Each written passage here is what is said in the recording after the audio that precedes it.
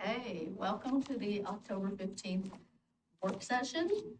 We have two items on our agenda, and Counselor Savin Jordan to be with us today. So I'll turn it over to Peter Passarelli to present the first item, which is Stormwater Code amendments. Yep. Thank you, Mayor Beatty and council members. I'm Peter Passarelli, the Public Works Director. This afternoon, I'm here to talk to you about our stormwater code and our erosion control code. Two different codes that we have that we're required to make some amendments to meet some requirements in our stormwater permit. I've got a brief presentation that will provide context for what we need to do. So when I talk about stormwater, one of the things that we work on here in our department, other than managing the collection system and making sure that surface water and rainwater goes to the receiving bodies, we also manage the compliance program. So that compliance program, which is set to make sure that we're not degrading the surface water quality, is regulated by the NPDES permit, which stands for National Pollution Discharge Elimination System permit. So that permit is generally a 5-year permit. We recently received a new permit in 2021 that was modified last year in 2023 to also capture some new requirements as it relates to pesticide monitoring. The permit, as we look at it from the stormwater perspective, is generally a sort of a qualitative permit. And when I say qualitative, we manage stormwater through a set of best management practices. If you look at the Kellogg treatment facility, that permit that West uses, it's more of a quantitative permit. So they have, strict discharge requirements that they have to meet before the water is discharged into the water. We don't have that at this point. So we try to work through best management practices, education and outreach. But there's a set of them that I've got on the next slide. So there's a qualitative piece as it relates to the stormwater permit, and on wastewater, it's more of a quantitative piece. And that qualitative piece can be a challenge sometimes for small cities to meet. There's a lot of time and effort that goes into managing those best management practices. We are required through our permit to put together a stormwater management plan program. We call it and the general the SWAMP. Oh, okay. Yeah. And the general components of that we identify best management practices are up on the screen up there. There's a public education and outreach component, public involvement, participation, illicit discharge, construction site runoff control, post-construction site runoff for new development, redevelopment, and then pollution prevention and good housekeeping for municipal operations, and then an industrial permitting piece that we need to make sure certain industrial customers, depending on what they do, we also have some requirements for them they have to do to meet their permit requirements. So that is stormwater, that is what they typically call non-point source, right? Like, we're not responsible for their outfalls that they might have into a creek or something. No, we're not responsible. We're responsible for our outfalls. Mm-hmm. And we're responsible to make sure that we're meeting the requirements that we've outlined in our stormwater management plan, mm-hmm. that we hit these components in the plan, and then using the best management practices that we've identified in that document, and then making sure that we're being what's the word I want to say, proactive in making sure stormwater is being and the receiving water bodies are being protected from bad things like illicit discharge and sediments and things like that. The permit, the most recent permit though, had some additional requirements that over the last several years we've met. We've gone in and updated our erosion control SOPs. We have updated our green infrastructure strategy. We've updated our industrial commercial SOP program, inspection programs. So we've got SOPs that we put together and then we submit to the state as part of an annual report. Every year, we report back to the state on how we managed meeting the best management practices that we've identified in our swamp. That report is due December 1st of this year. And Riley Gill, our environmental services coordinator, works on that document. A lot of it is data driven. We capture the data through work orders that we do and erosion control inspections that Riley does, and development information that we get from engineering and planning. We incorporate all these into the plan. One of the other requirements as it relates to the permit that brings us to you today is the requirement to make sure that we have escalating enforcement provisions in our code. So what we did was we worked with a consultant team, Parametrics and WSC, who are working on our stormwater system plan right now, to take a scan of our code and to see what amendments that we would need to add to that to be in compliance with our permit.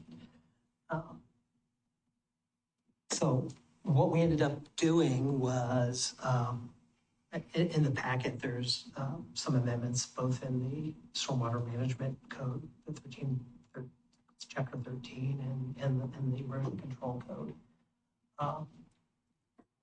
The idea behind that is we need to make sure that we are continuing to implement and maintain escalating enforcement. That was something that our current code didn't really have in place at the time. On qualifying construction sites, and this is generally just related to our erosion control program. So when somebody is, not following the best management practices on erosion control and, not putting out the appropriate erosion control measures to protect, the downstream, the receiving bodies, we have a mechanism in place to go through that enforcement piece. Generally, the way that works is, when we go out and do an erosion control inspection, Riley would go out based on whatever development might be happening and do an inspection if he notices any deficiencies. Depending on the severity, he's going to, tell the developer that they need to remediate the issue. And also, depending on the severity, he may issue a notice of violation and then tell them that we're going to be back within 24 to 72 hours to reinspect. And after that reinspection, if it hasn't been remediated, he can put a stop work order and stop the work, working with Tim Salyers. And then if it continues after that, work continues, then it's subject to a fine. Up to, I think we've got it up to $1,000 per day.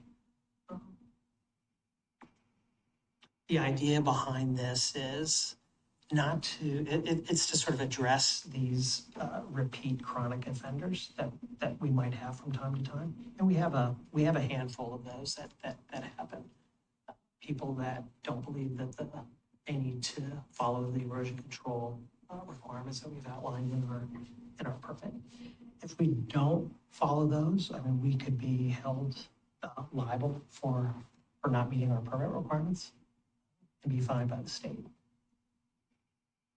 So there was something in the 2023 amendment that required us to up these, or it's just It was in the come to our- it was in the 2021 permit. Okay. So, and there was a series of target dates. In 2022, there was a series of things that we had to report and add to our annual report. And then last year, we had another series of items. And then 2024, December 1, 2024, we needed to make amendments to the storm management and erosion control code. Peter, this is interesting. So when I look at this and I'm thinking about the code enforcement, enforcing this, I think of what I heard you say, is that this is a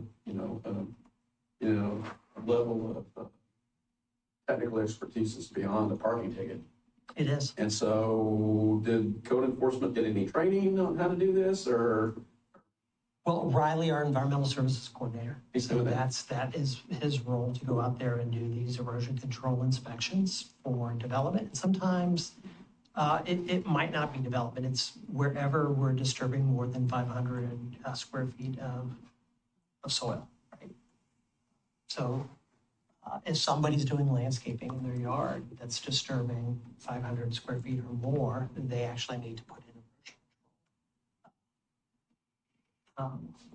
things to make sure that we're not having, problems when it rains and sediment running off into the street and work its way into our water bodies.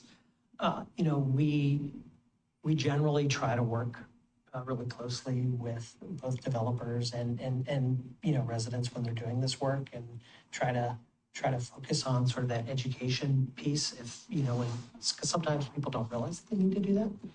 So we handle those on a case by case and try to make sure that we're providing that educational opportunity and giving them a chance to remediate. And then, if the issue continues, then we'll have a component in place to escalate that enforcement piece. And we have done that in the past already. We just don't necessarily have some of the language that the EPA and DEQ wants us to have in our code. Well, I think it'll make the enforcement job easier if it's spelled out. If you do these repeat violators, scoff laws. Yeah. Yeah.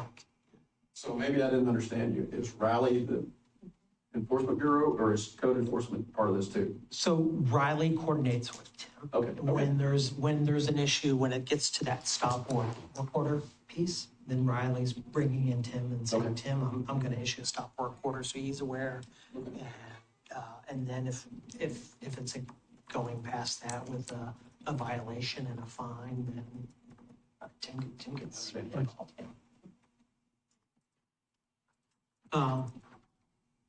Yeah, I just wanted to show you some general examples of the different types of things that we see. So, if you are driving around and you do see something that looks off, and somebody's got a pile of dirt or landscape materials in the street, give us a call so we can go out there and take a look at it. Or we are reliant sometimes on people calling us and telling us there's an issue.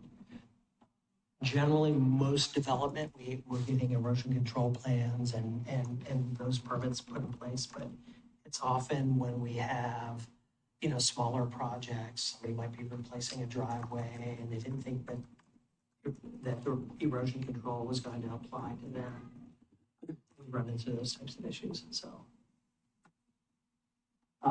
I appreciate the overview. Is it okay if we dive into the text of the code and ask questions about that? Sure. Yeah. Right. On work session page 25, it looks like you're tweaking the definition of, I don't know, I'm trying to find a page number that might be more helpful for you. Do you have the work session? No, I don't. Okay.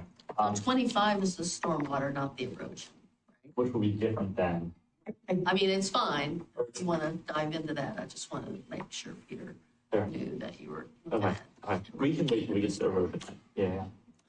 Yeah, so we have both, the amendments cover both chapters 13 13.14, 1628, we made some adjustments to the definitions so they align with language that's in our permit. And then we've added this escalating enforcement components to both sections to be consistent. And then working with Tim, we made some adjustments to how we've structured sort of the violations and penalty piece in the code. With some of the definition tweaks that you do, when you change the definition, there are a few different changes that you've made to impervious surface. Would that cover, how would permeable pavement fit into this? I know in a lot of our new parks and even on Lake Road, we've done something like that. Would that qualify as an impervious surface? Well, permeable pavement, we use that as a tool to reduce the requirement for how much stormwater has to be how the stormwater is managed on the property. So that's a tool that we use so we don't have to build large infrastructure to collect and move the stormwater offsite. During the construction of that permeable pavement, however, there would still be a requirement for erosion control measures. Because we're disturbing that soil, putting that infrastructure in place. Is that? Okay. Does that make sense? Yeah, and even just to clarify, I think the definition here results in more runoff than undeveloped conditions. Maybe this just gets at the nature of permeable pavement, but would that be true then in that case, or? Say that again? I guess maybe this is where it leads. I'm curious if the permeable pavement that we're developing would result in more runoff than undeveloped conditions. So would it satisfy? Would it be an impervious surface under this definition or not?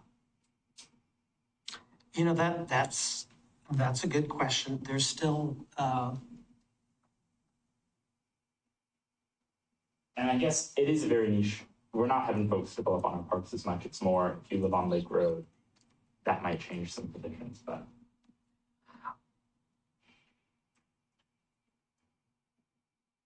yeah. Let me get back to you on that one. Okay. I think that's Yeah. Just a moment of clarity there. I was trying to see. And I would just point out that we will have a different definition in our land use code, right? It may or may not be the same definition, I guess. So Yeah. when we talk about impervious surface for purposes of lot coverage in the land use, I don't think it's going to refer to this definition. I think it's going to have its own definition. And I mean, this is generally, we're thinking of infrastructure in general. So Yeah. that pervious pavement is certainly another choice that somebody might decide to install on their property, perhaps on their driveway. But in terms of how we use this within our code and how we manage stormwater as it relates to erosion control, it wouldn't really matter because it's sort of that disturbed, that disturbed surface area that Okay. matters. Okay, that makes sense then. Yeah. So these definitions are only relevant to those two chapters of code that you've identified, or do these Well, this is, apply to more? these are relevant to our stormwater and erosion control. But they don't extend past those chapters specifically. I don't, not necessarily. Okay. I mean, different chapters might have a different, Separate a definition. separate definition. Okay. That's helpful, thank you. Do you want other questions, or have you gotten further presentation, or? I think that was pretty much what I had. I did want to allow some comment on the code. I had some questions about some of the language. Sure. Other counselors before I dive in? Okay. So in the erosion control, in 13 chapter, so the 16 chapter has definitions and defines, yeah, I got it backwards. The 13 chapter, or the stormwater chapter has definitions. The 16 chapter doesn't really. It has definitions for erosion control permit and erosion control plan, but it uses the word, and some of the new language you've added says the manager will do this. And I know the other title, it says the manager is the city manager or designee. And I know we've done similar language in other sections over the years that we've tried to change more things to just say the city manager or their designee. But we don't have that in 16, so I just wanted to point that out. We start using the term manager without any In real 16, clarity of okay. who that means.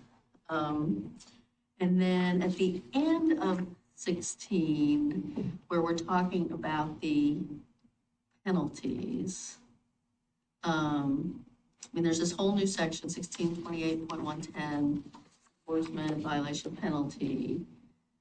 And it talks about repeat or ongoing violation. Okay, and then the following section, point 120, is, it talks about continuing violations, and then it says the penalty, and then it says violations deemed a nuisance. I was sort of curious as to why we need that if we've got a fine, and if we've got a system for a fine, do we really need the violations deemed a nuisance chapter? So that was the question.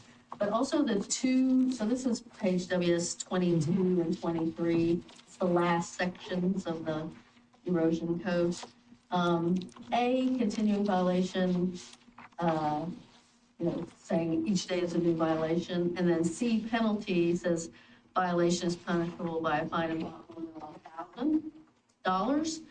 And it also has a sentence at the end about each day is a separate offense. So I take it, it's $1,000, and it could be $1,000 a day. It could be up to $1,000 a day. Okay. I do feel like those two, that A and C, there's some duplicativeness, there's some duplication there, and it maybe could just be clearer. It could be $1,000 a day. It's a violation of $1,000. I don't know. I just feel like we say in a couple different places about it being a continuing violation, and there could maybe just be some better clarity by trying to bring those things together. Yeah, and then the question, which, I don't expect you to necessarily answer today, but when it comes back for a hearing, like, what is the point of violations deemed a nuisance if we've got a fine already? What does that give us that we would need beyond the fine? Do you remember when we were talking about the code, thinking about that part? We did talk about that. Okay. I can't for the life of me remember why we added that in there, but I'll make sure. Okay, I mean, yeah, there could be Yeah. a reason for it. It's not obvious to me what it provides us that, over and above what the fine. $1,000 a day is a pretty hefty fine for a lot of us. Okay. I think that was it for me in terms of the code language. I did have a couple of general questions. You started out talking about the permits and said the regulations, and these don't pertain to these two packages of code, but to stormwater generally. The regulations are increased in terms of pesticides, the expectations of us under our permit.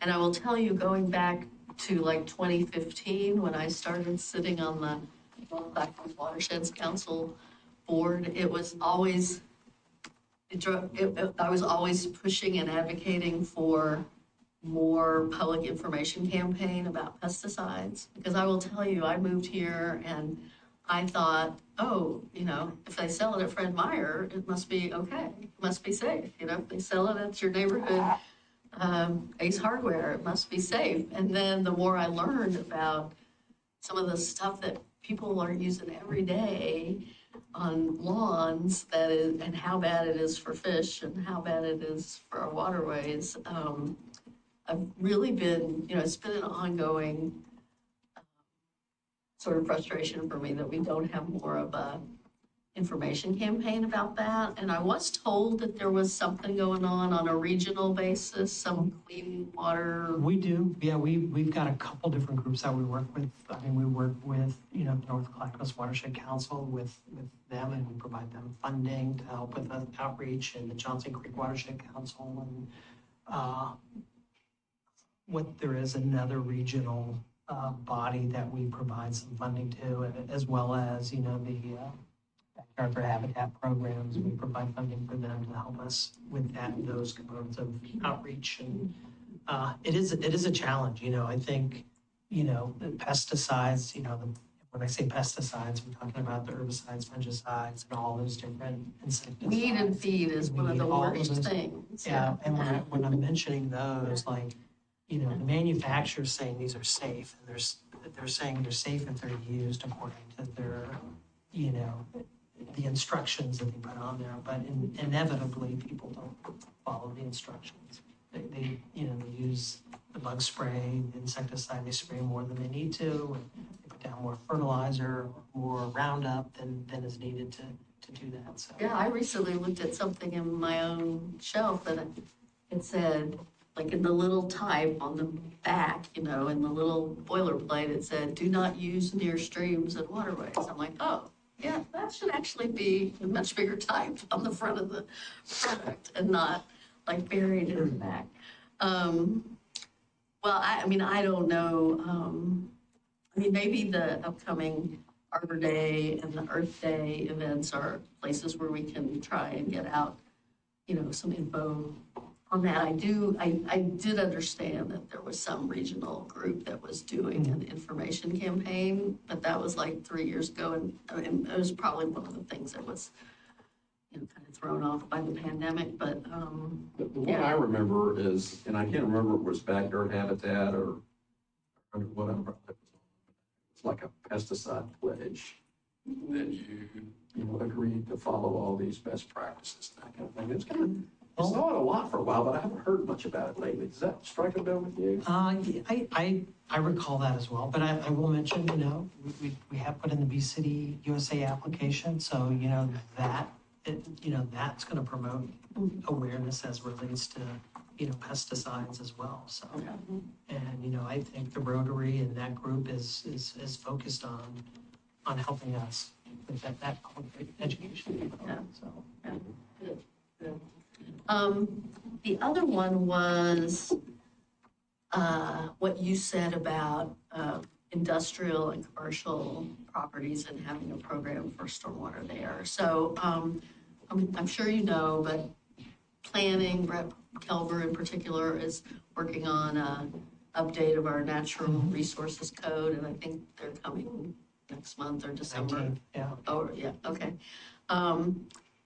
So one of the things I brought up with Brett talking about that is the stormwater, just all the parking lots along Johnson Creek in particular. I'm sure there are parking lots close to Minthorn and Kellogg, although Kellogg's more residential, but Johnson Creek in particular in the North Milwaukie industrial area, there's a lot of parking lots that run really close to the creek, and they're underutilized. They're not, you go through there and you'll see they're mostly empty. They've got, anyway, they're underutilized, and they could, I would love to find a way to convince some of them to depave and take away some of the parking lot. But short of that, how do we get some, some swales or some kind of green infrastructure in there that does some amount of purification of the runoff that comes off of those parking lots. And so, I just sort of want to flag that as an issue that I will probably want to talk about when Brett and his code get here. So, it's not all within our control, but if we have this sort of obligation to do more with industrial and commercial, then, yeah. Well, I think, as it relates to, new development, we do have mechanisms in place to provide protections for stormwater quality, right, for water quality. that developers are required to meet certain requirements, right? I think the challenge is with a lot of the existing developments that were, things that were constructed years ago, right? Yeah. That didn't have, that don't have those requirements. And how do you manage that and require those retrofits? So. Right. And I mean, no, that is it. We have parking lots that could not be built today that close to the creeks, but they were built, before we regulated that, right? So, yeah. I will tell you, Raleigh has certainly spent some time this year trying to investigate an issue of foam in Johnson Creek. So, he's been working with Portland and DEQ to just try to find a source of foam that has periodically popped up in Johnson Creek. Yeah. Right down right down by Johnson Creek at the T intersection down there. Mm-hmm. We've seen evidence from Portland, sometimes in Portland, sometimes a weird sheen, sometimes inside Milwaukie. Yeah. And it's hard to find because we are also at the sort of the downstream. Back about, probably before you worked here, but maybe not, back about 6 or 7 years ago, there was a lot of focus on precision cast parts and the businesses along the creek. I mean, it came about because there was a big controversy regionally about air quality. It came about because of that, but in the course of those discussions, there was a lot of focus on their discharges and they did do some big multi-million-dollar upgrades to capture their stormwater and treat it and stuff. So they did do some stuff, but yeah, we've got a number of interesting businesses along the creeks here. Can I ask one more code question before we wrap up in 5 minutes? We have in 1628.30, there's a requirement on work session 18, for those playing along with the work session packet. It says that erosion control plan must be kept on site and made available during site inspections or upon request. To me, I was wondering if that is especially the line must be kept on site. It already is required to be made available upon request. Why would we include that? If it is a physical copy of your erosion control plan, Adjourn, or providing that on site in addition to any request would be a bit. Could you explain that a little bit to me? Maybe I'm off base. So, I mean, the requirement is if Riley is going out there to do an inspection, he's going to want to see the erosion control plan to make sure that the developer or the property owner is following the plan that was approved. He can't necessarily carry all those documents with him, so, just as it relates to any other development, generally the developer keeps all the required documentation on site to meet the permit requirements. For electrical permits, they keep the building plan. So this is a component of that building plan. Okay. But I think the point you're getting to is that if you have to have it on site, that's fine, but if I say, or on request, it's kind of like an elevator certificate. If you want it on site, that's fine, but there's no need to have it on demand because it's there. Is that what you're talking about? That was kind of what I was getting at, especially the idea of printing out or having a physical copy, and maybe it's not a physical copy per se. I think they could pull that electronically. But it's that when an inspector is on site, they can request to see the materials. I think that I'm sure, I'm sure you'll find this language elsewhere in the code too, and it probably is a bit duplicative, but I think it's so that when we request it, when we need it from, our desks here, we can request it, but also when our inspectors are on site, they are able to ask those questions, and it's not oh, please come back in 2 days when we can pull this up. They can pull it up electronically, or they have it. Okay, that's helpful. Well, a little duplicative, it does make sense. You said that's in 1628.03? 030. We're hearing. That it's common in all environmental. So Peter, I have one comment, not a question. So the Watershed Council published their strategic plan a few weeks ago. One of the sort of long-range projects is to focus on stormwater. And they feel, I think rightfully so, that they just have to get their arms around what's there, and gather a lot of data. And they're obviously interested in the health of the watersheds. So they're just sort of kicking this off. They don't have a sampling plan or anything like that, but I just want you to be aware of that. And what has come to their attention especially is that maybe you folks know about this, but it was certainly new to me. There is a stabilizer chemical in tires, okay? And it has the name of it is like 2.5 lines long, and only a chemical engineer would appreciate. 6-PPV. That's it. Yep. All right. 6-PPD, okay? But this stuff is like toxic to coho. And so that's particularly important with Kellogg thing coming around. So I just wanted to make sure that you guys were aware of that. And, they're going to be trying to get us out of there. But this chemical just comes off of, a tire rolling down the road.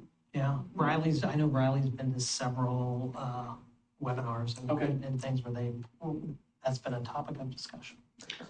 Yeah, Senator Merkley apparently held a hearing on the Hill about it. And, yeah, it's definitely coming up in different places, and I guess they're trying to find something that can be used on tires other than this. Well, as usually is the case, California is leading the charge here, but at least the feedback that I got is that the industry is working with the state of California to try to find a substitute.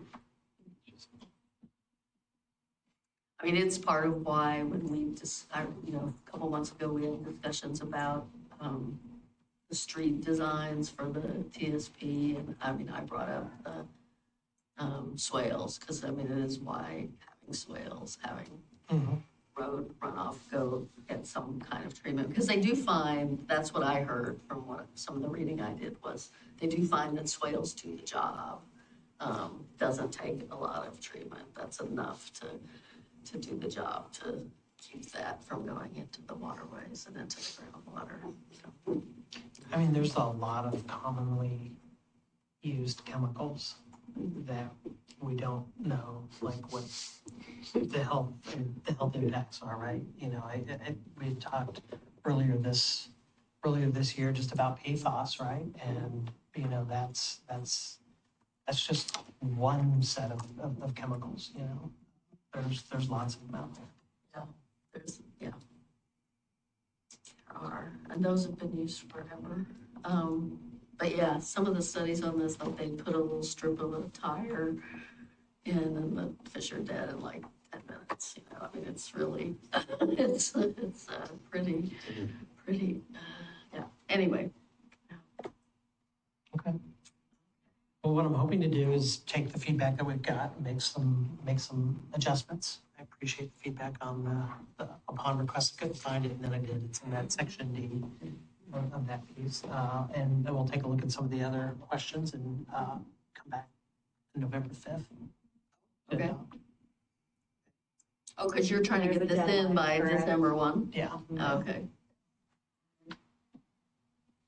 Okay. Nothing like a deadline. Thank you, Peter. Thanks. Okay, next item on our agenda is Oregon Senate Bill 1537 compliance. We tried to think of a catchier name, but we just couldn't. True. I'm like, well, no, it's just 1537.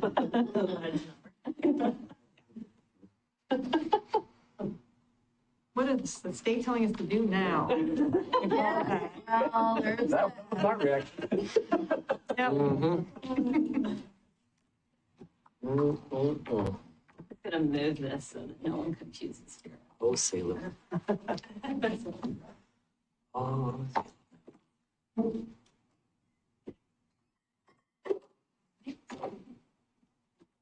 Start. Good evening, everyone. Here to talk about the latest Senate bill from the legislature that addresses planning.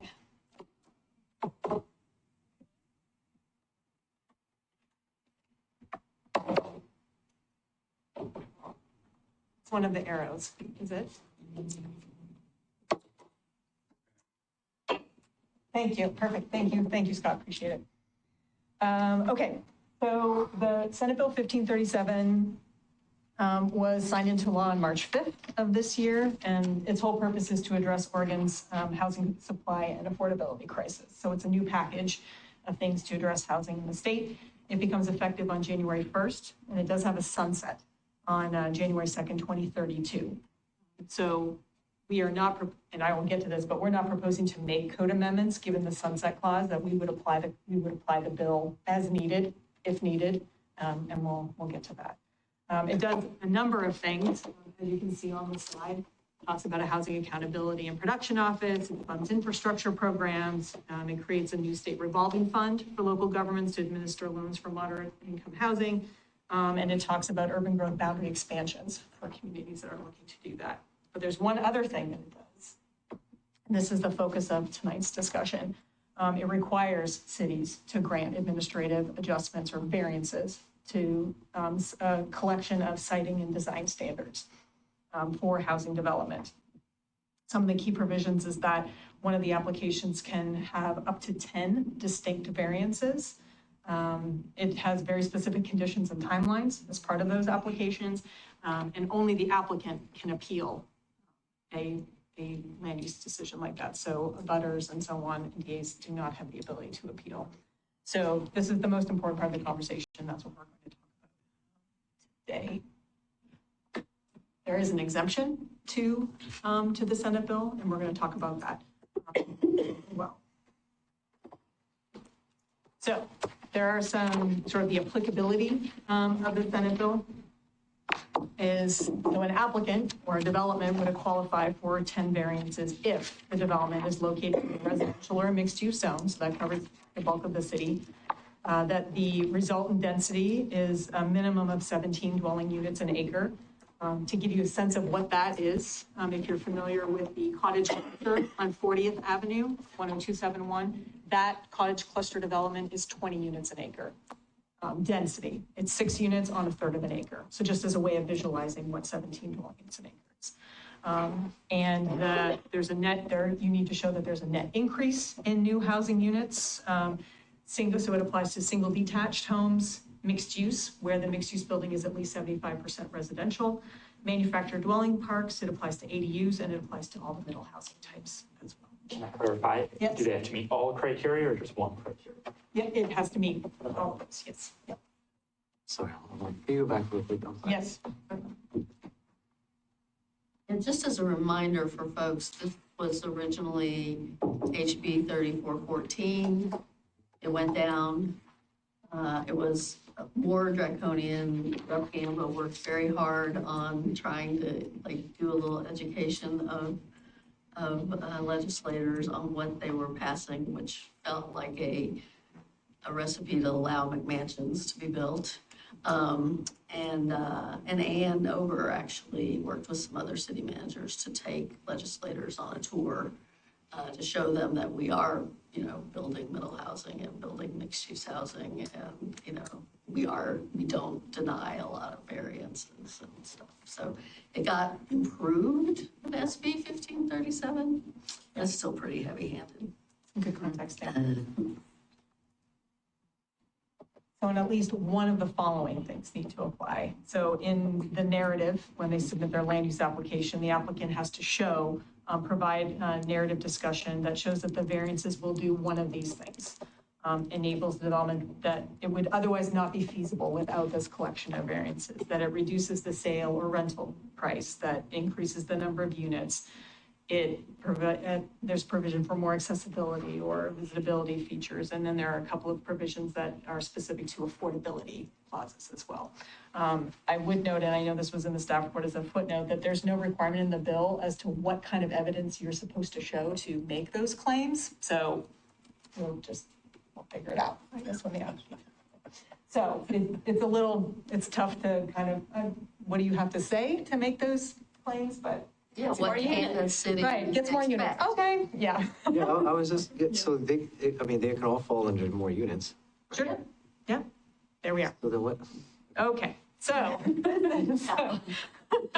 so 1537 applies to, so it provides a collection of variances both to development standards and to design standards. So this chart talks about the development standards that it would apply to. So it's not any development standard, it's this specific collection that has to do with allowing you to seek a variance to reduce the amount of landscaping, for example, parking minimums, which don't really apply to us, of course. Minimum lot size, lot coverage, setbacks, bike parking does allow you to go up in building height, for example, but a limitation of 20 feet or 1 story. So these are the development standards that you can compile in a list of variances. For example, though, if a development wanted to seek a side yard setback variance for multiple units, that's 1 variance. It's not 5 houses, 5 variances. So it's the type of variance, it's not how many of them. So there could be a lot of variances that could apply to a development, for example, if you get 10 and there are multiple units. Yeah. And for the design standards, it's these collections of design standards. Some of these we do have for residential development here, but things like materials, articulation, roof form, window area. So all of these things are part of what you're allowed to ask for design standard variances as well. Okay. The review process, it is a type 2 process, so it's a planning manager decision and there is public notice. But again, only the applicant can appeal a decision. So, we included this in our, in the staff report that there's what we would do is we would include in the notice that goes out that this is a very special kind of type 2 variance package, because part of notifications can be really frustrating when folks get a notice, but they don't have any real say in any of it. So, so we would craft language if that's where we go, to make sure that folks understand what kind of variance package this is, to try to minimize the amount of frustration that we might get for folks.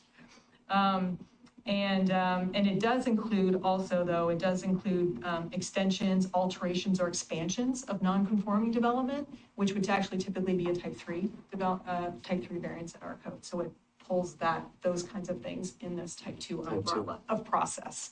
So those kinds of things would not go to the planning commission. You mentioned public notice, but Yeah. can the public provide comment? They sure can. Yes, they can definitely provide comment. It's just important for us, I think, to set the table of expectations for folks. Well, yeah, when they I'm do curious that, if because that way we too. actually have to approve Yeah. variances. So even if they do provide comment, there's No, I- nothing that's gonna change, which is really frustrating for people to Yeah. think that Yeah. there's the possibility for Absolutely. change, and then there's not. It's like, well, listen, but we can't do anything No. about it. It's not a great Eating our situation. own tail. Yeah. And again, because the provisions of the bill sunset, we're not proposing any code amendments that we would apply this, except pin on that for a second, because there is an exemption process to 1537. So there's an exemption process if the city can show 2 things, that all of the listed variances that are in the bill are eligible for variances under our code, and that within the last 5 years, we have approved 90% of the requested variances. So we can do all of those things, except, so the city can request an exemption from. To all of that, statute. all of that. Yeah. So we can provide evidence of both of those things, except for, we have a prohibition on variances that would have the development exceed maximum density on the development. That's been one of our prohibited variances, certainly since I've been here for a long time. But maximum density only applies to multifamily development and single-family development, because there is no maximum density in middle housing. And so a planned development right now is the only way to exceed maximum density, like we did, for example, at Hillside. That was a planned development. Or Burnham Oaks was also a planned development, so they could bump up the number of units. So we're nearly there as far as the exemption process, but we have one hurdle that we have to get to. So again, for density regulates the number of units, not the size of the development, not the size of the building. For the box, it's not about the box, it's about how many things are in the box. And our code relies primarily, and we talked a lot about this during the whole middle housing code process. process, that we primarily rely on development standards to govern the box. Setbacks, lot coverage, tree code, minimum landscaping, those kinds of things are what regulate that size of that box, or the Jell-O mold that we've talked about before. So, and this is a graphic that kind of just talks about kind of what that means. So when you're looking at a property, we've got setbacks, we have lot coverage as an example, and so then we have a box. There's building height, all of those things kind of regulate that Jell-O mold. What density applies to is sort of how many units are in that box, but the box stays the same size. So something like a Henley Place, for example, has 178 units, but but if they made all those studio apartments, for example, there might be more of those units, but the box stays the same. So we don't really care about the number of units in the box when it comes to sort of this form-based kind of code idea. We just care about that box because that's what people are seeing on the street. That's its relationship to neighboring development. That's what matters, is the box, not how many units are in the box. As a way of kind of talking about this idea of maximum density, and is that something that we should really be caring about if we understand what the built environment is going to look like. So allowing variances, allowing these, and this would be a type 3 variance to exceed the maximum density, and again, it would apply to multifamily development or to single family development, and that only comes up during land use or land division during subdivisions. If it ever did, we've actually never had that case before. We haven't had people wanting to go above and beyond the Right. max density. And They're not allowing- allowed to, granted, so they probably Right. understand that at a certain point, so there is kind of like they know that. But Right. we haven't bumped never up even been- against that, that just yeah. hasn't been part of the dialogue that we've had with folks. One thing that has come up are existing multifamily developments that might be able to split a unit or create another dwelling unit somewhere in their development, and they're already up against that max density. So we can't create more units in an existing development. No expansion needed, just kind of retrofitting some of those existing apartments into maybe smaller, a couple of studios or something like that, and they're already at that limit. And so we would argue that allowing those kinds of variances via type 3 is a far less significant situation than these packages of these multiple variances for the design and the development standards. So again, for single detached dwellings, maximum density, it's tagged to, and it's in the code, but it's tagged to lot size. So if your minimum lot size for a single family home is 5,000 square feet, in any of the zones, the maximum density is tagged to what that's going to be. So if someone wanted to exceed maximum density in a very standard single family subdivision, then they're most likely, trying to reduce the size of the lot. And if that's the case, then they need a variance for that too. So we're already in variance territory and trying to do that. But folks have options. There's middle housing land division. There's other ways to get those fee simple lots created rather than having to go through a whole type 3 variance with the planning commission. Right. So, and as far as the, again, allowing the variance to maximum density, it just means that we have the provision. Doesn't mean we have to necessarily approve them, but it opens up our possibility of seeking that exemption to 1537. But we also think that, density is something that we ought to be talking about generally anyway in our residential zones, but it opens the door for some creative solutions to be able to create additional dwelling units in that box that we've established all those standards for already. So staff's recommendation is that we should amend the code to allow, or to remove that prohibition on maximum density for those variances. And then if we do that, we would recommend that we apply for the exemption to 1537 so that we can maintain control over the standards that we care about, which are those development standards. So our key questions, go back to that. Do you support or agree with our recommendation to remove that prohibition? And if so, would you advise or would you sort of direct us to move forward with that exemption process? The application for the exemption, it is an application process. The DLCD has not sent out their guidance on that application yet. It's in October. It's supposed to be October, they said. So at some point, we will get that guidance and we'll apply. In there, they have a big, long FAQ document. Yeah. But in the FAQ process, it does talk about if you have an active application under review, you don't have to like you were in for an exemption, they sort of treat you as if you already have the exemption for the purposes of someone coming in with a 1537 application. So we don't have to apply 1537 if we're in the exemption review process. So they kind of give you a little détente there on that. So, but that's what we're here to talk about.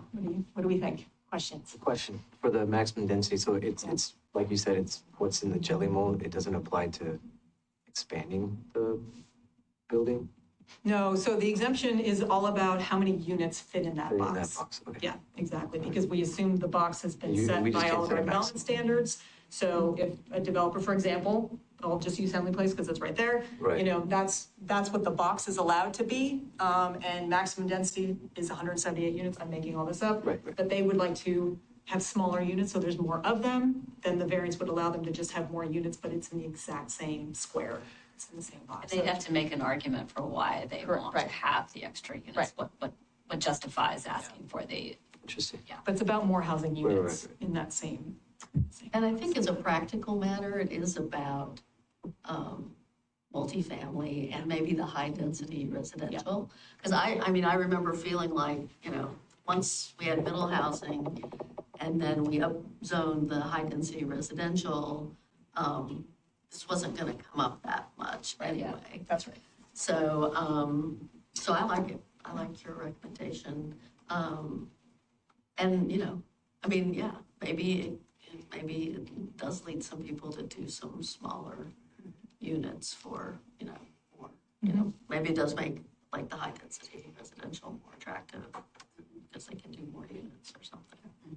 And again, I mean, we have the history. We've approved nearly all the variances that come through for those development and design standards where we guide people to get, you know, to yes. So it's kind of something that we've done. So we have a track record for approving them all. and that was part of the story was that part we of the told tour. during the housing tour. The It was like, housing hey, we tour, approve yeah. our variances. We Yeah. work with folks to get them there. Yeah. Over out of 69 variances over the last 4 years, I think we've approved all but one. And that one wasn't doable. Yeah. Right.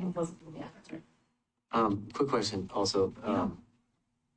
Do they have any studies or data done that by doing that, because I'm thinking that could reduce the rents on those units, right? Because if you take a 3-bedroom and then you reduce it into a 2 and a 1, you create an additional 1-bedroom that could potentially be a little bit cheaper, right? Like that could Generally, the create- rents they're less. Is there any like data behind that shows that it actually helps decrease some of the rents or anything like that by doing that?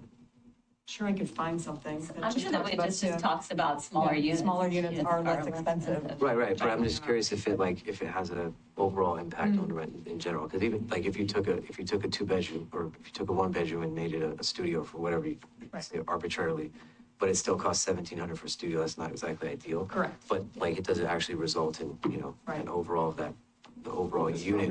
It's not gonna decrease, you know, the sort of the market value of the studio, Well, I'm saying it's because you have more units. but it will increase you know, the supply of studios. Right, so that's what I'm saying, like, is there anything, Maybe someday, Maybe. if you have enough of them, right? I And it love your- depends on- Close to I that. love your optimism. Well, it depends on the development and, Right. you know, the building, the developer. I mean, there's a lot that goes into that. You know, a That's building what I'm like a Henley curious if- Place is going to have higher rents, for example, than, you know, some Right. other buildings, just Right. because of the amenities and all of that. So yeah, I'm just curious if because it opens up more inventory, Right. if that has an impact. that's sort of the hope, that optimism that we have, yeah. I'm just curious, I think this thing is complicated.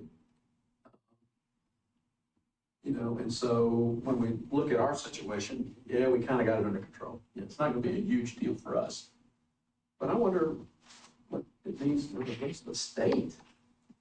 I mean, I don't know that everyone has sort of focused on increasing housing inventory as much as Milwaukee has. Right, well, And you may not know the answer to this, it's just sort of a rhetorical question. I just don't know, you know, how big a deal this is gonna be statewide. I think it does depend on the community, and I wasn't part of the bill creation, certainly, You weren't. but I was not, no, I'm busy They're here. all- yeah. But I think I mean, when you look at the variances that they're packaging up, I think there are communities that really don't approve a lot of variances. And some of these, you know, I think they make a difference. They can make a difference in making it, that you get that extra unit on the site. And if there are communities that are just not willing to vary some of their standards because they're not super supportive of additional housing, then it's variances and standards and so on are all considered part of the pool of barriers to housing. And if folks or they have really stringent standards and it's just really hard to make stuff work, then this is a way to kind of, you guys, you have to approve these things. Well, and I Get do stuff see built, that, so. I mean, even just adding the exemption process was a recognition that, I mean, they are trying to move the rest of the state, right? But between the middle housing and now this, the middle housing, the housing production strategies, and now this, they are trying to move the state. And the creation of the exemption is sort of giving a recognition that some places have done more than others, and that they don't have to be held to their feet to the fire or whatever. Does anyone have any insight into the sun clips that close? I'm trying to figure that one out. Was that a way to get it passed? I think so. Yeah. The governor also has said to legislators that she expects sunsets on new programs across the board. So a lot of legislation that was introduced in the last session, more so than other sessions, had sunsets. And I think that she's in some ways holding herself to that same standard. Interesting, okay. I think it's because it's like, we're going to try these things, but there's no guarantee that they're going to work the way that we think that they're going to work or the way we want them to work. So let's try it out and see what happens. And then if it's not producing anything, then let's find another way. Yeah. Which makes sense. I think that's pretty smart. I will say, I think about to your first question here, I would agree. It makes sense to allow a little more flexibility in the jello mold. I think about your question there, Robert, with the second question you posed. I mean, this bill was drafted with understanding that cities have been a real barrier to housing production. And one of the reasons we have this affordability crisis we do is because cities have made it so hard to build units that will meaningfully change that.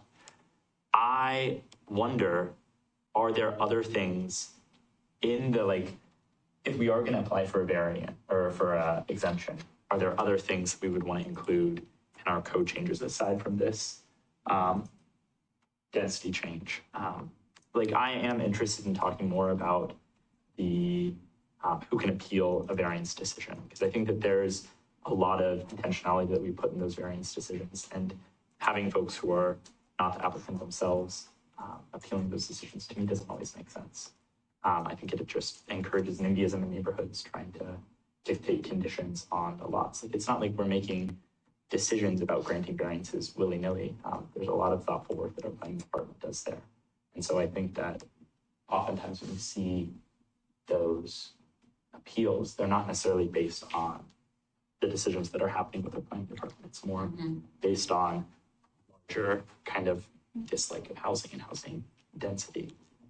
So I'd be curious about a process like this. And I'd also be curious, in the list of kind of criteria, you have to have at least one criteria, or even the variances that they allow. Are there other things that we maybe don't have in our code? And this is where I know the least of the three other people here at this table have never sat on planning commission, but are there other things that might be valuable to include in this as well? I would say that keeping this what it is for the moment. Yeah. Because otherwise we're having a completely different conversation, I think, about who can appeal, what is it that we're appealing, what gets a type 3 variance, what is our noticing process. Obviously also how we notice things and how it gets appealed is part of the state statute. So we can there's limitations within what we can change there. Yeah. I do think that you could look at our variances and what type of process that has to go through, whether it's a type 1, type 2, or type 3, because when you get into type 3s, that's when you go to planning commission, and that's when people will come and in NIMBYism, I don't think we're pretty good about that here in the city of Milwaukee. I don't think we have a ton of that, but we do have a little bit of things. But I think that would be looking at our variance process and what we're how we're processing all of the different types of variances. Yeah. And analyzing that and seeing if there are any changes that we could make. That we've talked about that, we talk about that a lot Yeah. all the time with internally, because we're like, some of the variances or some of the things that the planning commission, we're not sure that it rises to the level of going to the planning commission. Sometimes it seems just a lot of conversation when really, if they meet the code as it is, you're going to allow the variance. So I think that there's a lot of conversations that we can have, but I think this is separate from that. That's a bigger conversation. Yeah, I was gonna say, we haven't had a public conversation about that. That would definitely need to It would be be- a public Yeah. outreach and conversation to change, who can appeal especially. Who can appeal, and I don't even know, we'd have to look at what the limitations are the statute, state, yeah. because the state tells us a lot of these Are you things. talking about in general? This would be, so what I would say is the reason why I think why I appreciate this bill, even if we exempt ourselves out of it or appeal for that exemption, is it provides kind of like framework for certain things that might be a discussion. One of these things is the appeal limitations that the bill would set forth. And so I would agree, it maybe isn't the type of thing that we decide on right now, but I do think there's merits in discussing these things. And I think that's what I appreciate. There are two communities that SB 1537 really addresses. The communities who are way out of bounds or not approving any variances. It'll look very different for them.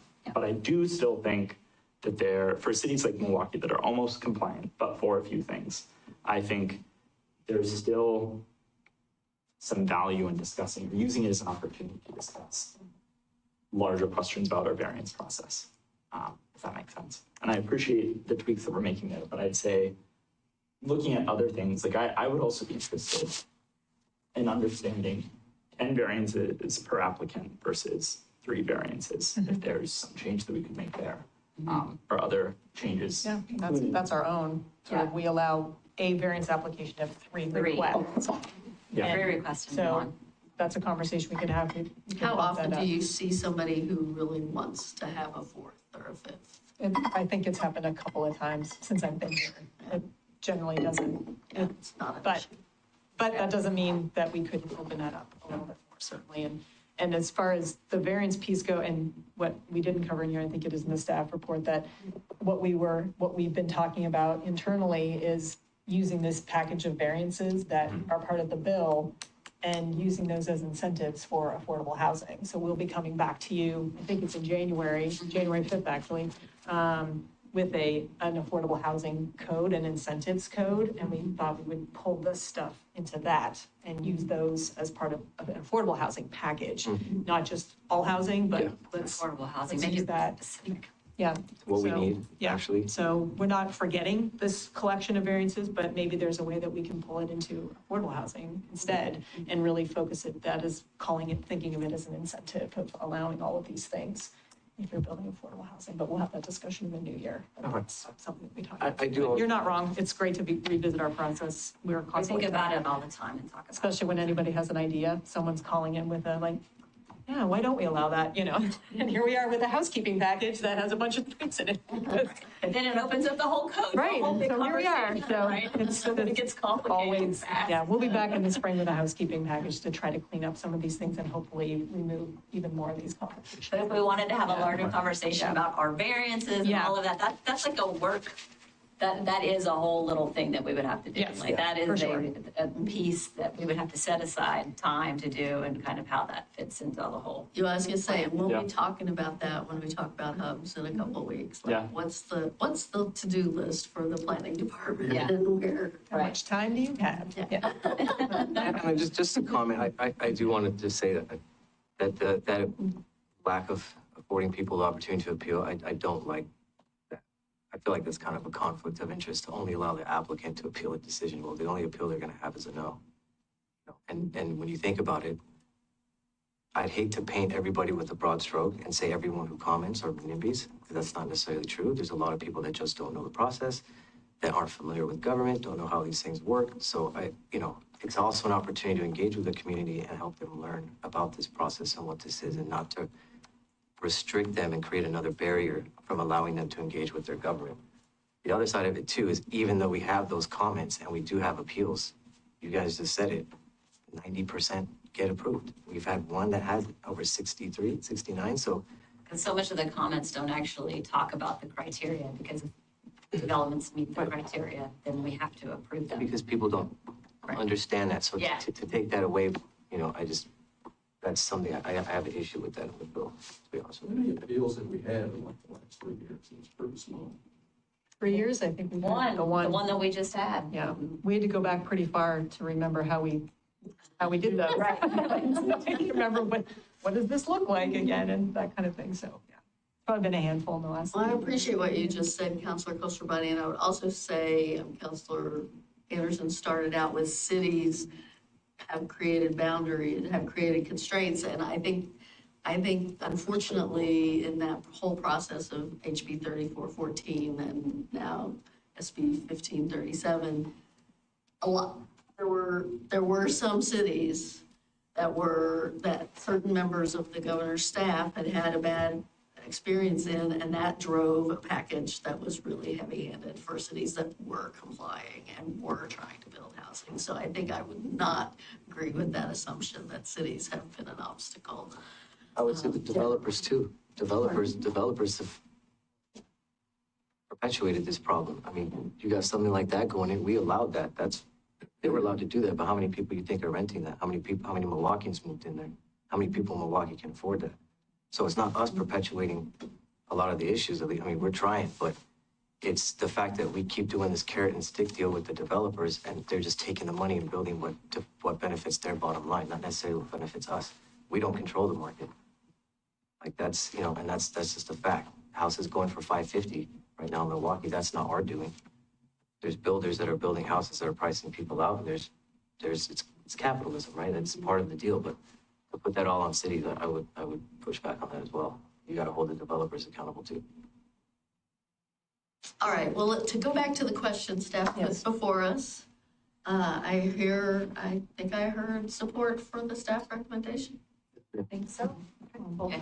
We'll take it back through, we've got to take it through planning commission for the code amendment, and then, but not for the exemptions process. They don't do that, but yeah, so we'll bring it back to you all.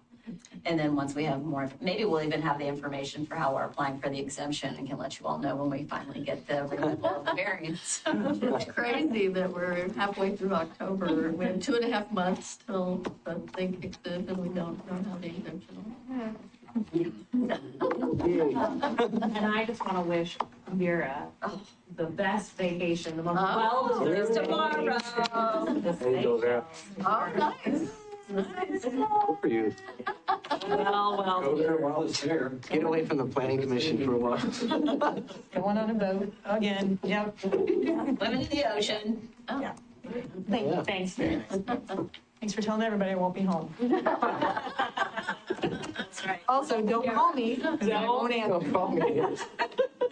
Thank you very much. Thank you all. That's Yeah, awesome. thank you. Thank you. Wow, we're mostly on schedule. Look at that. So we do not have an executive session today. We originally were supposed to. So we thought we would move up council reports to this time frame.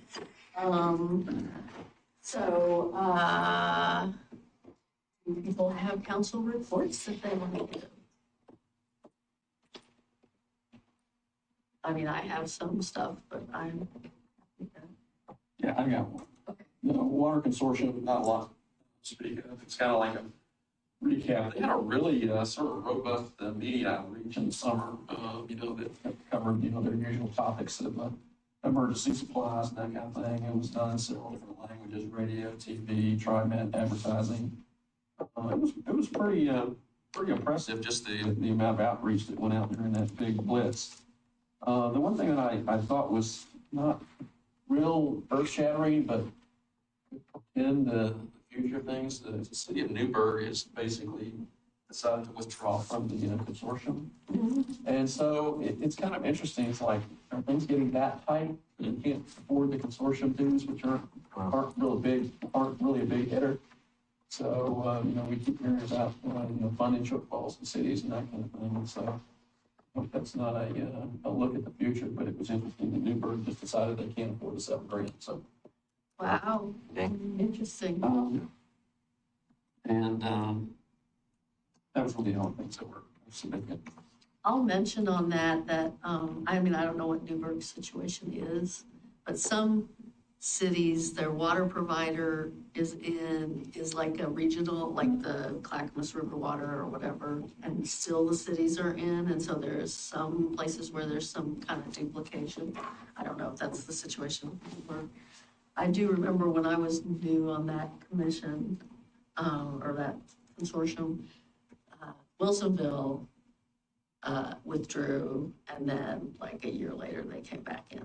Because I think they ultimately decided, and I raised at the time, like our dues and what we pay for them, and Peter's view was that what we get from that in terms of water conservation stuff, I mean, we fulfill some of the requirements, like he was talking about with stormwater, but on the water side, through our membership with that in terms of emergency preparedness, regional cooperation and water conservation.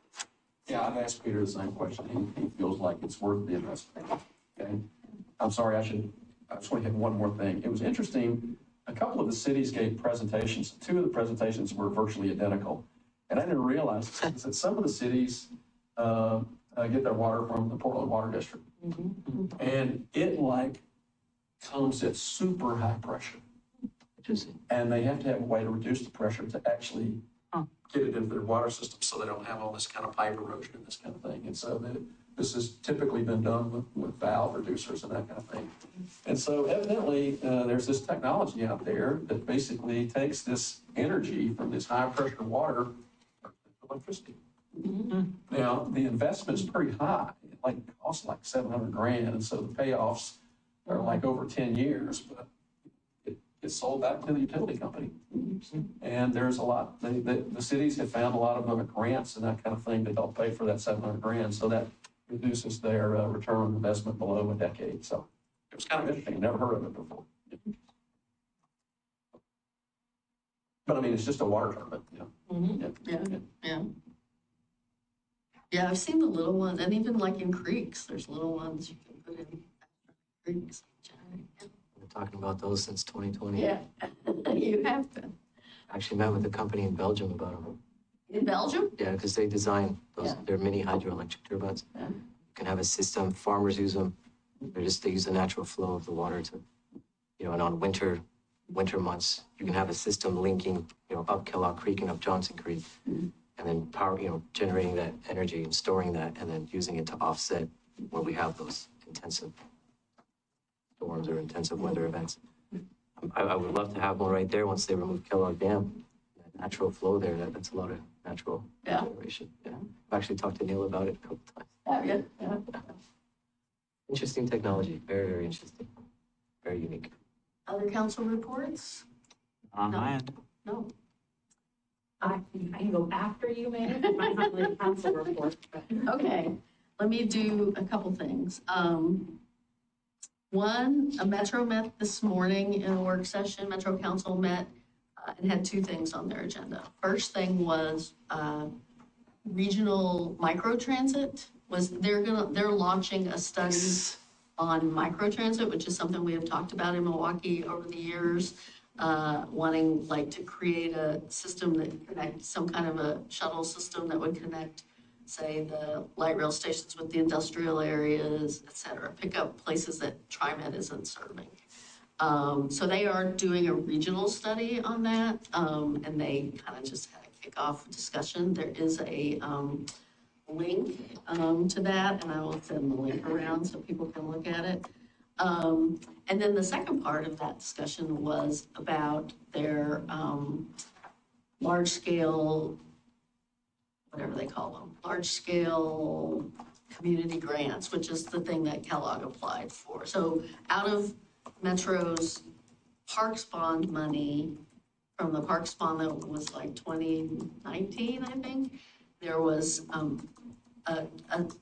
there was $30 million set aside for sort of large-scale transformative community grants for big projects.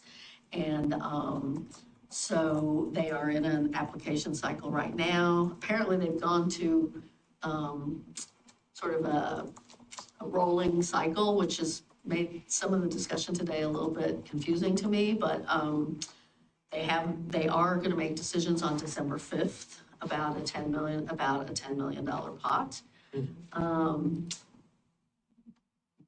We were part of an application, with all the rest of the team players on Kellogg for $10 million out of the pot. There were two other applications. One was a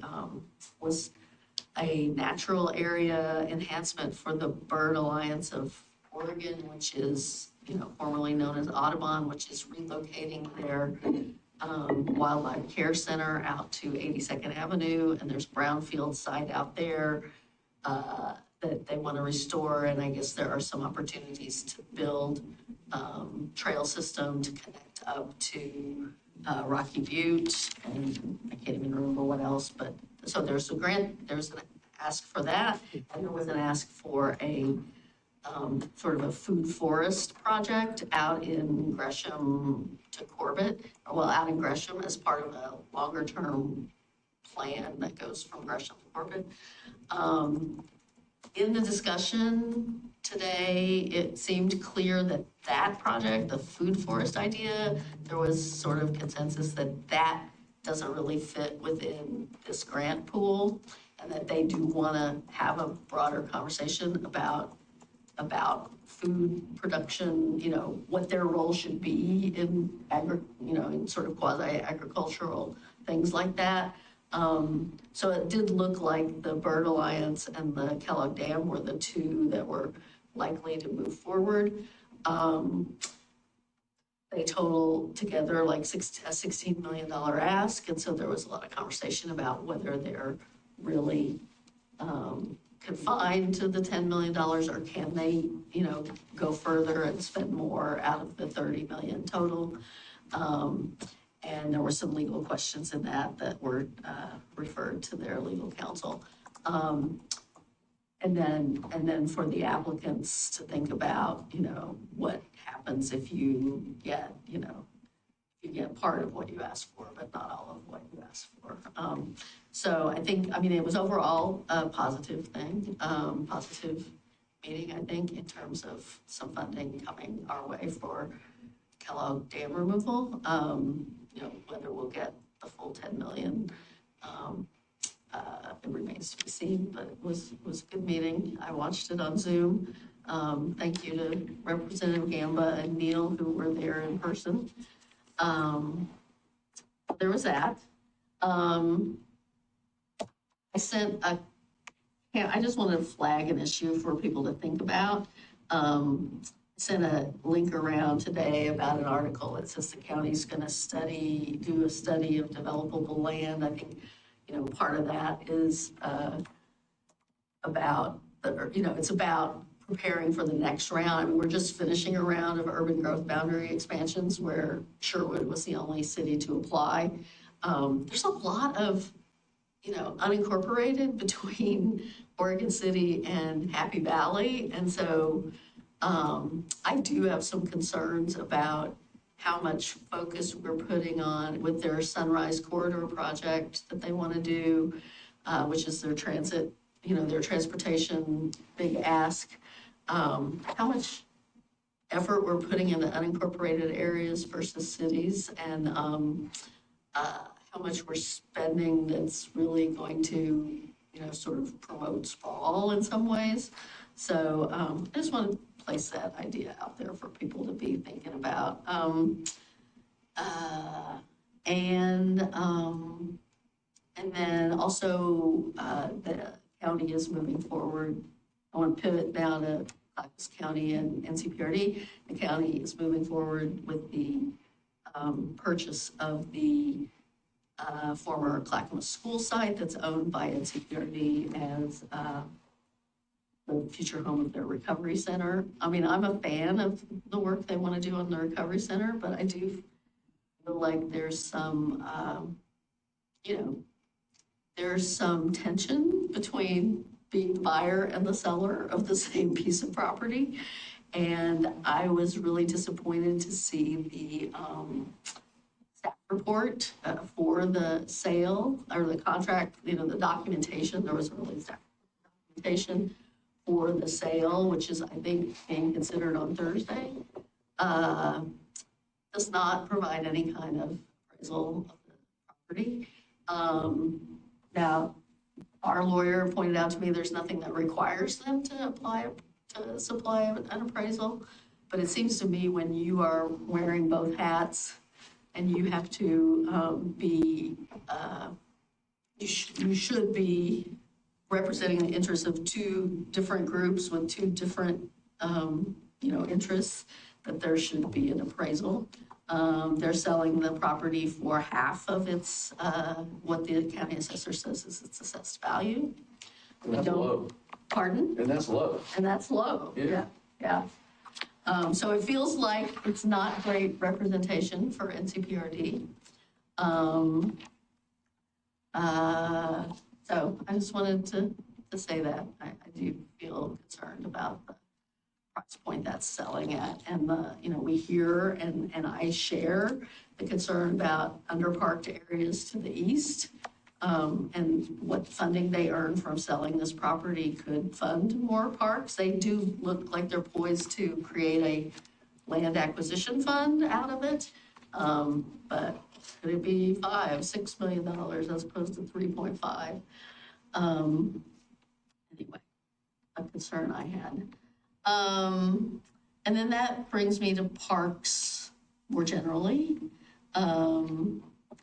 We've had various conversations about the parks. I spoke with our attorney suggested that there might be ways, well, maybe I should turn it over to. Sure. So I'll just give an update on some things that have happened since our last council conversation on parks. I had a good conversation last week. Peter Pasquarelli and I did with Kia Selly, the director of the Run Platinum Parks and Rec District. This was a follow-up meeting Kia set up after Council President Massey testified at the supplemental budget hearing at the commission about parks budget and some SDC transfers. So the focus of the meeting was really financial, kind of a financial deep dive. I took, pretty detailed notes on a lot of the questions that we asked Director Selly, and I really appreciated her time. There were a few questions that she was going to get back to us on. We wanted to understand the current fund balances in Zone 1, which Milwaukie is in, Zone 1 City and Zone 1 UGMA, and also our understanding is that the funds get put into two buckets, a bucket for zone-specific projects and a bucket for district-wide projects. And we've requested a better kind of accounting of what the current status of those funds is. So when I get that information, I'll share it out. And I appreciate the mayor and council president as sort of our policy lane leaders on parks working with Peter and I to prepare for that conversation. So as I mentioned, that conversation was really about financial matters around, financial questions we had.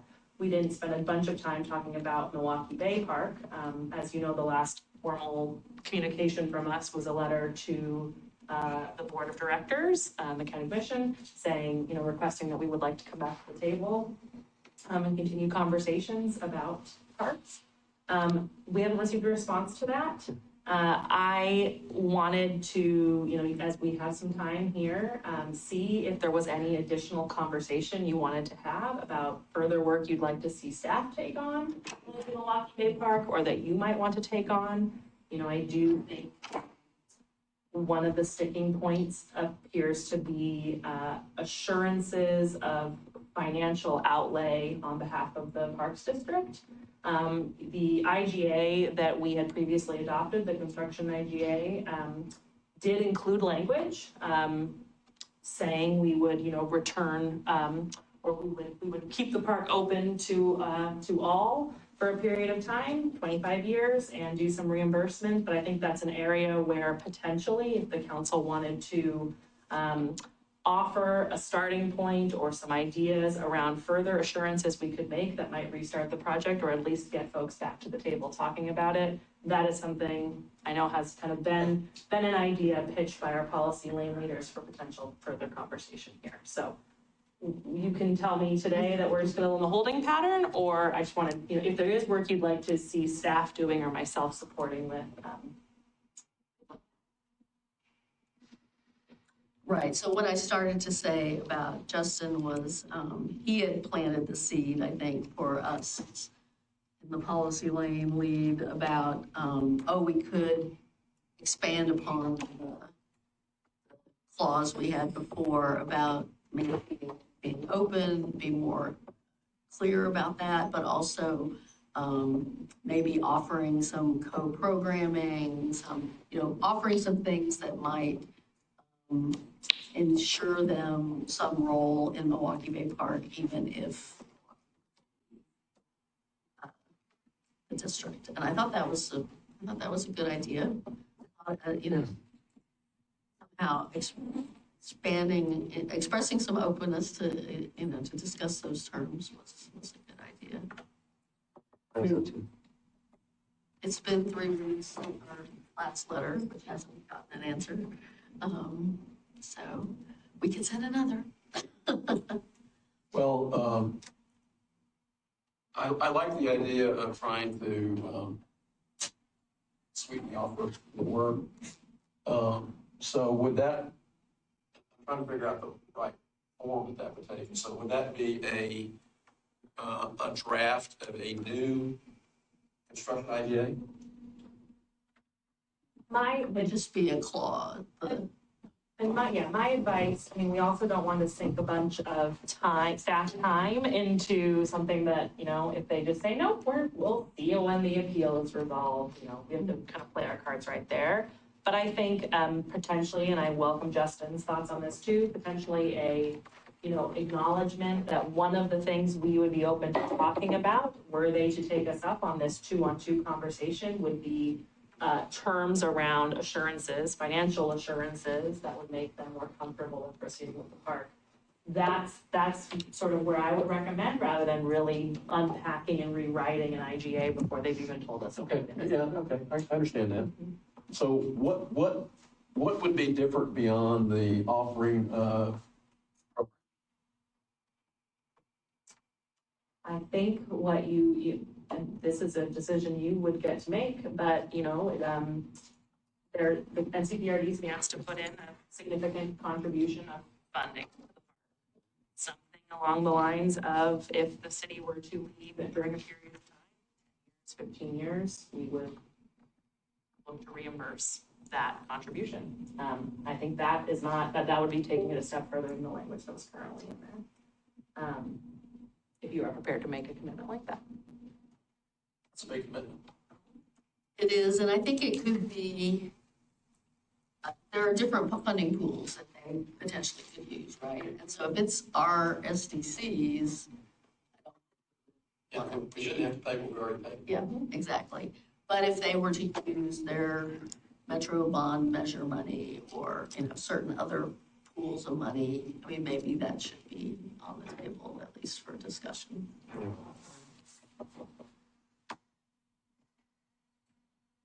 I mean, from my perspective, I don't know what the carrot is or if a carrot would be accepted. So it's, it's kind of punching in the dark. The messaging from the county appears to be, despite conversations that may have occurred, it appears to be wait for the appeal or drop the appeal and then we can talk. We can certainly try to sweeten the pot, but it's kind of been a moving target in a lot of ways. And despite that conversation that Emma recently had, that of course was a staff-to-staff conversation, and the rug could get pulled as it has, numerous times, numerous efforts. I think the doorway to any discussion with that would be a sit down with a couple of county commissioners to see, hey, what's some ground here that we could potentially hoe. We're willing to look at a variety of things to get the park out past the starting line and moving towards constructing the park. Aside from our legal issues, which would be the meaning of our current IGA language. So I'm not against, some sort of reimbursement, but I to the point that, we would only reimburse, what didn't come out of our coffers originally. And, you know, it wouldn't, look back from the beginning of time to phase one or something like that, because I think that, you know, you have to be reasonable about the, you know, the, I'll call it amortization or the appreciation of the investments and that kind of thing. And so 25 years, you know, that's just way too long, you know. I think the max is like 10 years, and we can probably get some financial guidance on how they depreciate those kinds of amenities and investments and that kind of thing. I don't think we have to get too detailed, but I just kind of want that, set that as a boundary that, you know, that we don't pay every dollar, you know, inflation adjusted for the last 20 years. Why don't we just say the original investment amount? Well, they haven't, I'm against that. Because a lot of these investments were made, you know, over 10 years ago. you're talking about Milwaukie Bay Park? Yeah. Because I whatever mean, it's they gonna really cost don't now. have they have an investment of about $1 million or 1.1 million in the planning and design. But they haven't made investments in what we have so far. So there's nothing to look back to there. It would have to be a Well, forward. that's what I'm saying. So whatever it took to build, I mean, we have an amount of what it's gonna cost to build the park, right? Yeah. So wouldn't that be what we went off of? Whatever county dollars were spent on building the park and completing it, be the original amount that we would agree?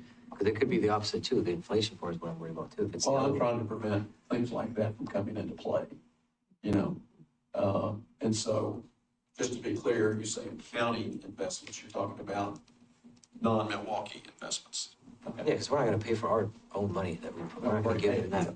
That's what I'm saying. We would pay that in. I think the slight distinction is there are SDCs we have paid that then become revenue or funds on NCPRD's books. When they put money into a regional asset, they pull from each of the zones for SDCs. yeah. And I believe what the mayor and council president are saying is, we would not want to be in a deal where we are reimbursing them for zone one SDCs, because those are SDCs Yeah, of that course, originated of course, here. yeah.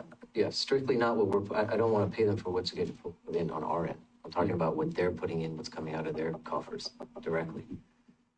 And this is where I would almost argue we're kind of playing with monopoly money here. Like if we're saying we're going to reimburse you for X amount of costs, I think the assumption is we're not going to leave the district in that set period of time and reimburse them that amount of cost. We could say, we'll give you $100 billion if we do it. And I think it makes as much a difference as if we said some limited number there. And I guess that to me is the thing that I'm more interested in is, are we willing to commit ourselves some financial obligation in so doing to staying in the district for a set amount of time? I don't think at this iterative stage, I'm comfortable saying that. You know, I don't think that we're at that point yet. I don't think that we're saying, well, to use your analogy of monopoly money, I just don't think that, because we don't know what they're gonna say. We don't know what the term, even if this deal starts to, you know, percolate, we don't know what the specifics of that deal are, so. We also don't even know what the cost is. And yeah, We don't have updated costs. transparency into What's in the what the balance SDC is. funds. Yeah. I would encourage people to watch, I do encourage people to watch last Wednesday's DAC meeting, because I do think the conversation to me seemed to have a different tone, and some recognition that, NCPRD needs to go out for new governance, which is something the DAC has been saying for the last 18 months. Needs to go out for a new local governance board and needs to go out for a higher tax rate. And I did hear Commissioner Savas pretty much concur on those points. And I do think there's a general sense that the whole sort of public dialogue around Milwaukie Bay Park is not going to make those things easier. So that resolving Milwaukie Bay Park may be, you know, maybe a way, getting to resolution on Milwaukie Bay Park reduces the negative impact that dialogue may be having on, the perception of voters out there who may not be willing to come forward while there's so much open sort of strife over the direction of the Parks District. So, I mean, I just encourage everyone to watch that for their own benefit. So I want to make sure I understand what you said. So you're saying that, the big question mark over Milwaukie Bay Park makes the outcome of a governance change, makes it more difficult. I think there's a perception that putting forth a governance change or a tax increase when there's so much agitation around Milwaukie Bay Park would be difficult. Yes. Yes. And which is not to say the county commission is ready to do that on either score, but I do think the system plan efforts have shown them how woefully underfunded the district is, if they didn't realize it before, and that there is sort of a growing awareness of, that those questions need to be resolved sooner rather than later. But how soon that means is anyone's guess. So back to the original question. Do we send them something that we can craft the language here and have everybody take a look at it? That kind of thing. So do we want to do that? And I would say that, is it going to solve everything? Probably not. But it shows we're trying. And I think in it, some of the messages I've heard is we get a chance to really reiterate what a priority it is for us to make progress on this park. We've asked them to come back to the table, but we can be more explicit, and we would like to come back to the table to talk about what assurances you would need to restart progress on the park. But I also think in there we can be clear, we will not be withdrawing the appeal, but as we've done in the previous, we think these can be two separate issues, and we are really ready to talk about what kind of assurances can still unlock and the stalemate. It may not result in anything, but it's, might be that punch in the dark, but I guess my question is it a punch in the dark you'd like to take, or are we gonna sit with where we're at? I think it's worth it. Doesn't hurt. I think we at this table can debate all the various proposals of like what might make Clackamas County happy. I would love to see it. And part of this is like, it's not as much on us as it is on other folks, but I would love to see a proposal aside from changing the master IGA language that we can put forward that they would accept, that then we can debate, is the medicine worth the benefit, the cure? Does that make sense? I'm not sure I followed. I didn't either. I think what I'm saying is, I really want us to have if there's something that we can bring back to the table here that then we can debate, is this something we're willing to sacrifice? Or if there is some amount of give, I think saying to the county, the IGA change that you asked for is off the table, but give us something else. Like we're willing to negotiate, we're willing to be flexible. We might not like it, but we want to hear other options that might get at your core concern. I don't know if the county would provide that, but I would appreciate that, because at the end of the day, we might say, no, I dislike this. But if they have some other draconian proposal they want to bring out, I'm happy to consider it at the very least. So you're saying go Send forward the with the letter kind back. of Yeah. letter that Emma's talking about? Yeah. Yep. But wait, so are you asking what will satisfy you? Basically, So we're not saying, here's something we can offer. I think it's a little bit, it's how you get at that, Or it's asking the come to question. the table to discuss what. I think it's that. Yeah. Putting something together is we don't know the SDC funds, we Yeah. don't have a budget strategy. Yeah, it can't be anything, there's no detail there. There's no detail to craft anything. We'd be talking in very large, Venn diagram terms, like, hey, if we move a little bit closer here, will you come over? And I think, again, what I said earlier, I think the beginning, to see if a resolution could be hatched that way. is it, again, an invitation to meet. We've heard several times, several different messages about what they want, that they don't want to talk about the park, what their concerns are from a staff level perspective. Reiterating our desire to really get to the basis of that with the core knowledge that we're unwilling at this point to give our appeal rights because we don't feel we can negotiate a new IGA until we know what the old IGA says. I think we can request a response. This one. Yeah. Okay. So Are you comfortable? I am. I mean, I think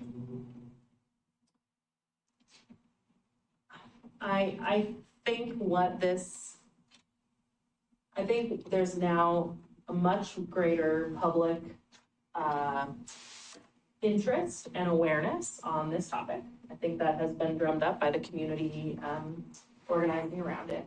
We are working as staff on sort of a web page, just to kind of explain. I mean, we have a lot of outdated information about parks online. We're kind of trying to clean that up and just for folks looking for more information on this, just be very objective and clear about what those communications from us to the county have been. I feel like an additional communication that documents our position of really wanting to make progress here, willingness to talk about what assurances would get that restarted, and clarifies our opinion, as Justin just said, that we are not giving up our appeal rights because we need to understand those terms before we can move forward on any master IGA. I think there's no harm in doing that, and if anything, for the public who are following this along or may start to follow along on this, it continues to document clearly where the city of Milwaukie stands on the issue, which I know has been a hard thing to track. This is a complex, multi-layered topic. I think it just makes the position on Milwaukie Bay Park a little more black and white for where we are. I think also coming off the heels of the supplemental budget transfer of SDCs to fund Concord, which is another regional asset, it positions us to say we would like something like that to happen in the future to fund our regional asset. Yep, we have a district-wide asset. And it's also an opportunity to address the $250,000 that we transferred out of the budget and to say, we can find that again. We will find that again when you're ready to start building. Yeah. Okay. I think there's no opposition to me working with our lane leaders to draft that next communication. We'll circulate it to council. Okay, sounds good. Sounds good. Any last council reports? Not a report, Oh. just I attached the strategic plan for CAB. It'll be a part of next week's meeting packet. Next week's meeting, okay. Well, we already went over it. Next November 5th meeting packet. Tonight's meeting packet. No, next week's. We don't have a meeting Oh, well, next then, yeah, November 5th, sorry. We're done for October. Hey, I'll October see you here started next on week, Brittany. Yeah. You'll come in, it's all done. Baby brain, man. Baby brain. Okay, all right, well then we're adjourned till 6:30. See you then.